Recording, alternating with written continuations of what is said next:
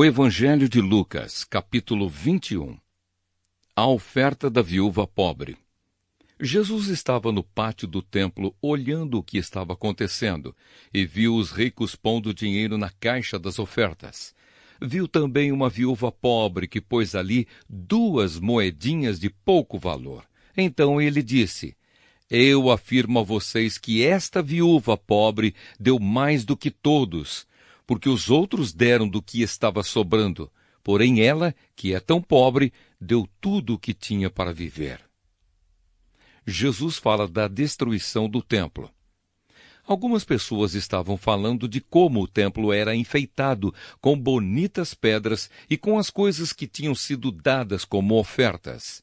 Então Jesus disse: Chegará o dia em que tudo isso que vocês estão vendo será destruído, e não ficará uma pedra em cima da outra. Perseguições e sofrimentos. Aí eles perguntaram: Mestre, quando será isso? Que sinal haverá para mostrar quando é que isso vai acontecer? Jesus respondeu: Tomem cuidado para que ninguém engane vocês, porque muitos vão aparecer fingindo ser eu, dizendo: Eu sou o Messias, ou já chegou o tempo. Porém, não sigam essa gente. Não tenham medo quando ouvirem falar de guerras e de revoluções, pois é preciso que essas coisas aconteçam primeiro. Mas isso não quer dizer que o fim esteja perto. E continuou: Uma nação vai guerrear contra outra, e um país atacará outro. Em vários lugares haverá grandes tremores de terra, falta de alimentos e epidemias. Acontecerão coisas terríveis e grandes sinais serão vistos no céu. Mas antes de acontecer tudo isso, vocês serão presos e perseguidos. Vocês serão entregues para serem julgados nas sinagogas e depois serão jogados na cadeia. Por serem meus seguidores, vocês serão levados aos reis e aos governadores para serem julgados. E isso dará oportunidade a vocês para anunciarem o Evangelho. Resolvam desde já que não vão ficar preocupados antes da hora com o que dirão para se defender, porque eu lhes darei palavras e sabedoria que os seus inimigos não poderão resistir nem negar. Vocês serão entregues às autoridades pelos seus próprios pais, irmãos, parentes e amigos, e alguns de vocês serão mortos. Todos odiarão vocês por serem meus seguidores, mas nenhum fio de cabelo de vocês será perdido. Fiquem firmes, pois assim vocês serão salvos. Jesus fala da destruição de Jerusalém. Jesus disse ainda: Quando vocês virem a cidade de Jerusalém cercada por exércitos, fiquem sabendo que logo ela será destruída. Então os que estiverem na região da Judéia, que fujam para os montes.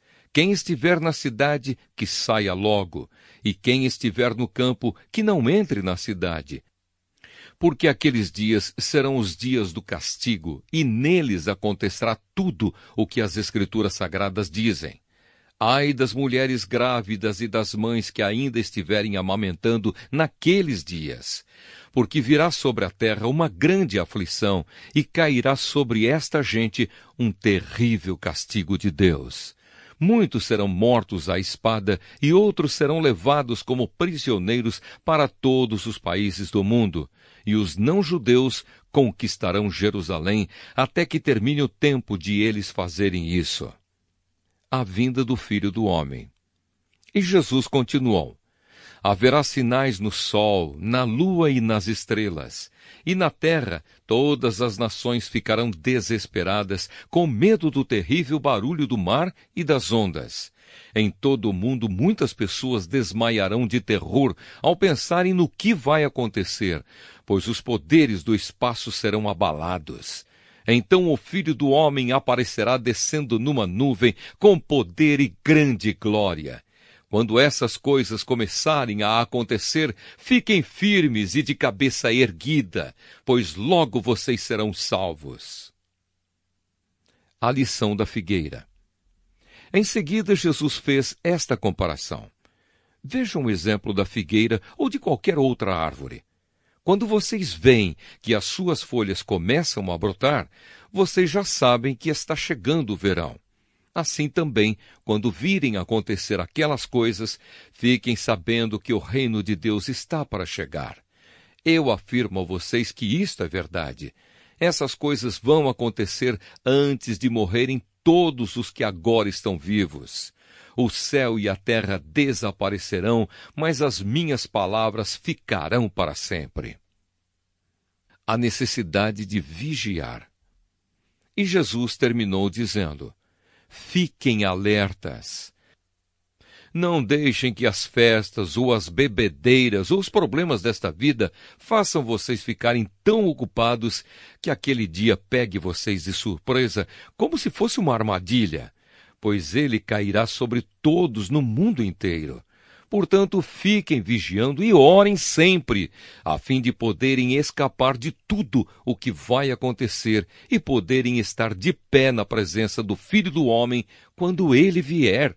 Jesus ensinava no pátio do templo todos os dias, mas à noite ia para o Monte das Oliveiras e ficava ali até de manhã. E todo o povo ia de madrugada para o templo a fim de ouvi-lo. O Evangelho de Lucas, capítulo 22. O plano para matar Jesus. Faltava pouco tempo para a festa dos pães sem fermento, chamada Páscoa. Os chefes dos sacerdotes e os mestres da lei procuravam um jeito para matar Jesus em segredo, porque tinham medo do povo. Judas traz Jesus. Então Satanás entrou em Judas, chamado Iscariotes, que era um dos 12 discípulos. Judas foi falar com os chefes dos sacerdotes e com os oficiais da guarda do templo para combinar a maneira como ele ia lhes entregar Jesus. Eles ficaram muito contentes e prometeram dar dinheiro a ele. Judas aceitou e começou a procurar uma oportunidade para entregar Jesus a eles sem que o povo ficasse sabendo. Jesus manda preparar a Páscoa. Chegou o dia da festa dos pães sem fermento, dia em que os judeus matavam carneirinhos para comemorar a Páscoa. Então Jesus deu a Pedro e a João a seguinte ordem: vão e preparem para nós o jantar da Páscoa. Eles perguntaram: onde o Senhor quer que a gente prepare o jantar? Jesus respondeu: escutem. Quando entrarem na cidade, um homem carregando um pote de água vai se encontrar com vocês. Sigam esse homem até a casa onde ele entrar e digam ao dono dela: o mestre mandou perguntar a você onde fica a sala em que ele e os seus discípulos vão comer o jantar da Páscoa. Então ele mostrará a vocês uma grande sala mobiliada no andar de cima. Preparem ali o jantar. Os 2 discípulos foram até a cidade e encontraram tudo como Jesus tinha dito. Então prepararam o jantar da Páscoa. A ceia do Senhor. Quando chegou a hora, Jesus sentou-se à mesa com os apóstolos e lhes disse: como tenho desejado comer este jantar da Páscoa com vocês antes do meu sofrimento. Pois eu digo a vocês que nunca comerei este jantar até que eu coma o verdadeiro jantar que haverá no reino de Deus. Então Jesus pegou o cálice de vinho, deu graças a Deus e disse: peguem isto e repartam entre vocês. Pois eu afirmo a vocês que nunca mais beberei deste vinho até que chegue o reino de Deus. Depois pegou o pão e deu graças a Deus. Em seguida partiu o pão e o deu aos apóstolos, dizendo: isto é o meu corpo que é entregue em favor de vocês. Façam isto em memória de mim. Depois do jantar, do mesmo modo, deu a eles o cálice de vinho, dizendo: este cálice é a nova aliança feita por Deus com o seu povo, aliança que é garantida pelo meu sangue derramado em favor de vocês. Mas vejam, o traidor está aqui sentado comigo à mesa, pois o Filho do Homem vai morrer da maneira como Deus já resolveu. Mas ai daquele que está traindo o Filho do Homem. Então os apóstolos começaram a perguntar uns aos outros quem seria o traidor. Quem é o mais importante? Os apóstolos tiveram uma forte discussão sobre qual deles deveria ser considerado o mais importante. Então Jesus disse: os reis deste mundo têm poder sobre o povo e os governadores são chamados de amigos do povo. Mas entre vocês não pode ser assim. Pelo contrário, o mais importante deve ser como o menos importante, e o que manda deve ser como o que é mandado. Quem é o mais importante? É o que está sentado à mesa para comer? Ou é o que está servindo? Claro que é o que está sentado à mesa, mas entre vocês eu sou como aquele que serve.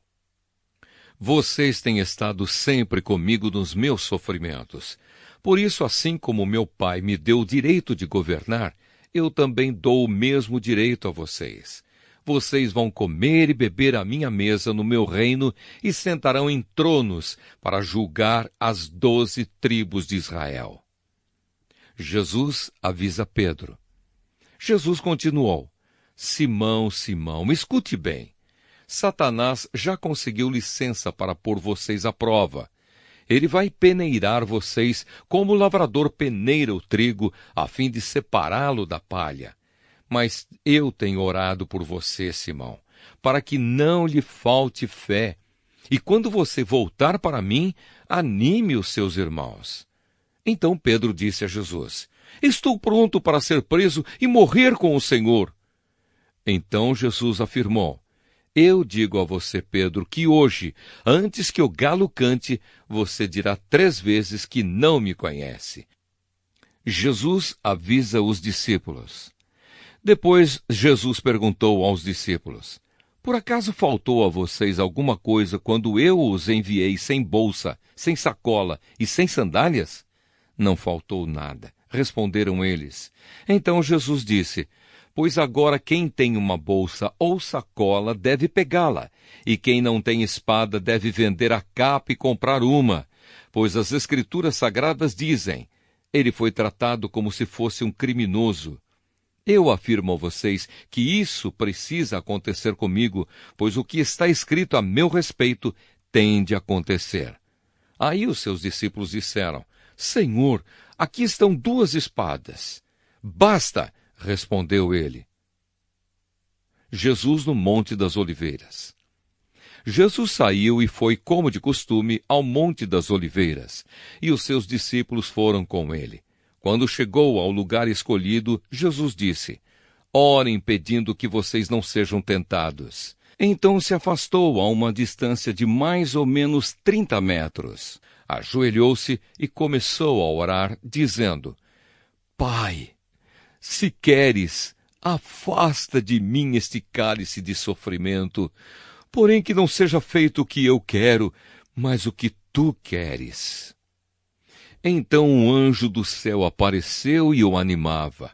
Cheio de uma grande aflição, Jesus orava com mais força ainda. O seu suor era como gotas de sangue caindo no chão.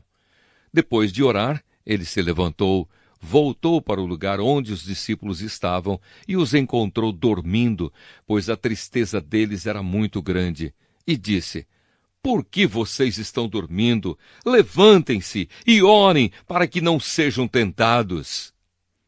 Jesus é preso. Jesus ainda estava falando quando chegou uma multidão. Judas, um dos 12 discípulos, que era quem guiava aquela gente, chegou perto de Jesus para beijá-lo.